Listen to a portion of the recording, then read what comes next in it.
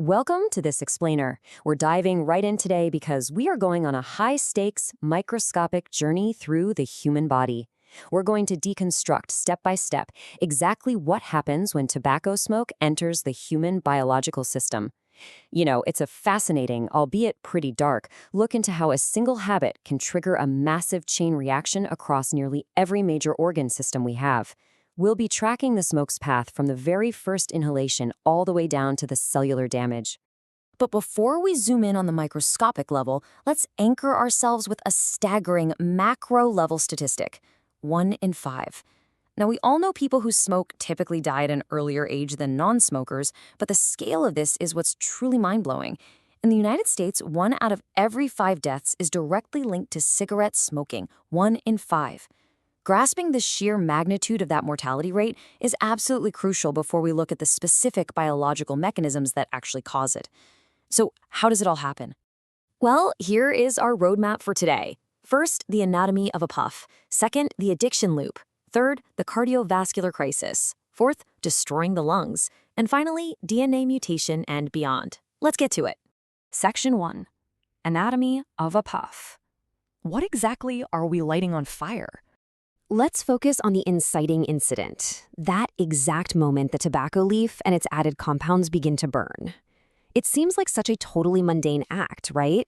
But it unleashes absolute chemical warfare. As the tobacco burns, it releases literally thousands of dangerous chemicals. We aren't just talking about a little soot here. We're talking about cyanide, formaldehyde, benzene, and ammonia. We're talking about poisonous gases like carbon monoxide and nitrogen oxide. There are even trace amounts of cancer-causing radioactive particles released in that smoke. Out of these thousands of chemicals, over 40 of them are known carcinogens, meaning they are scientifically proven to cause cancer. And keep in mind, all forms of tobacco are dangerous, from cigars to chewing tobacco. But with a cigarette, this toxic gas passes directly into the lungs, and then instantly into the bloodstream, where it spreads like wildfire to every organ in the body. Moving to Section 2, the addiction loop. Hijacking the brain's receptors. So you might be wondering, if this smoke is packed with cyanide and radioactive particles, why on earth would anyone repeatedly inhale it?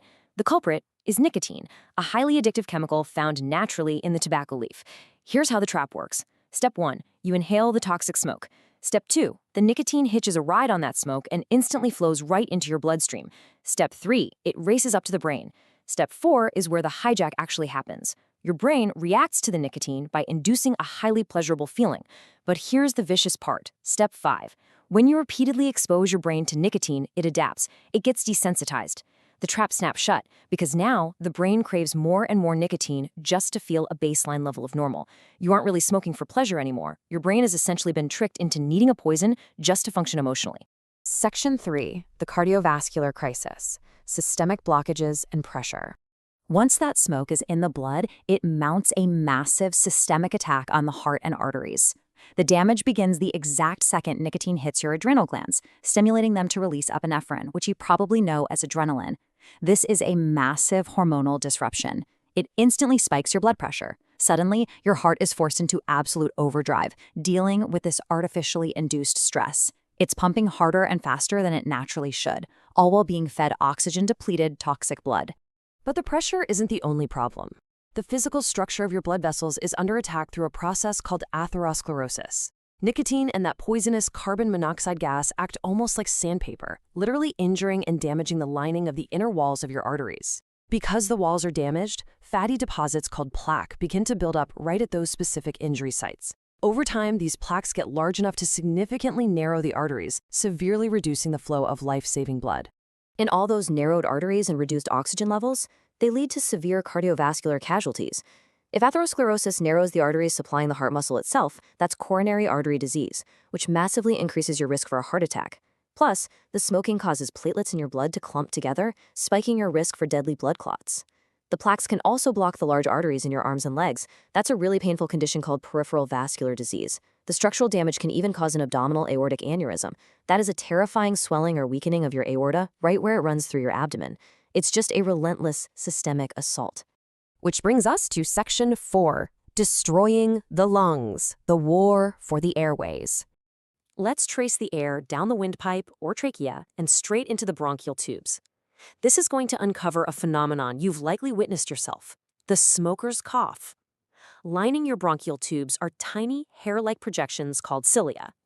Think of them as millions of tiny sweepers whose sole job is to sweep harmful substances out of your lungs. But when a person is awake and smoking, the cigarette smoke irritates the tubes, causing them to swell and produce extra mucus. Worse, the smoke actually slows down and paralyzes those cilia sweepers. The mucus and the smoke, they just stay trapped in the lungs. But when they are sleeping, they aren't smoking.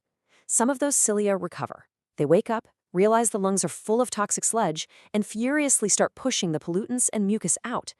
So when the smoker wakes up, the body frantically attempts to expel all this pushed-up material by coughing repeatedly.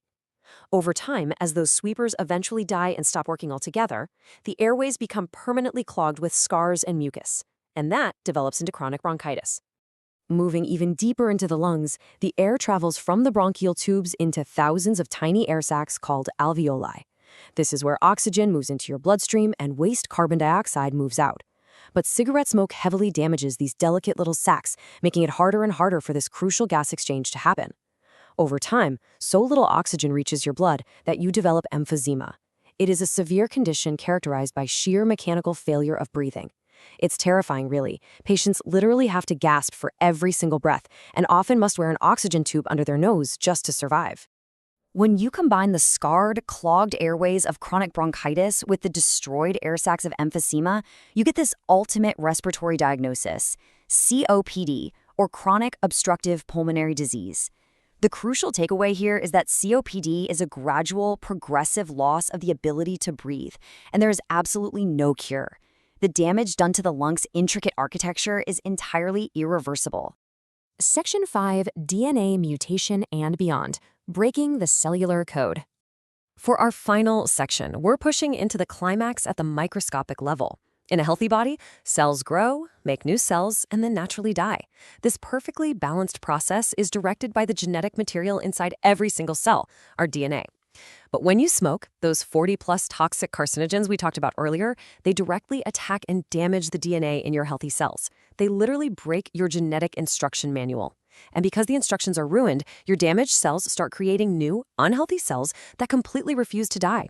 They mutate, they grow out of control, and they spread to other parts of your body. This is the brutal mechanic of tumor creation. It's exactly why the most common cancer in the entire world is lung cancer, with over 1 million new cases diagnosed every single year. And look, the cancer and blockages don't just stay in the lungs and heart. The peripheral damage is truly systemic. For pregnant women, exposing a baby to these poisonous chemicals leads to massive risks: low birth weight, premature delivery, miscarriage, stillbirth, and sudden infant death syndrome.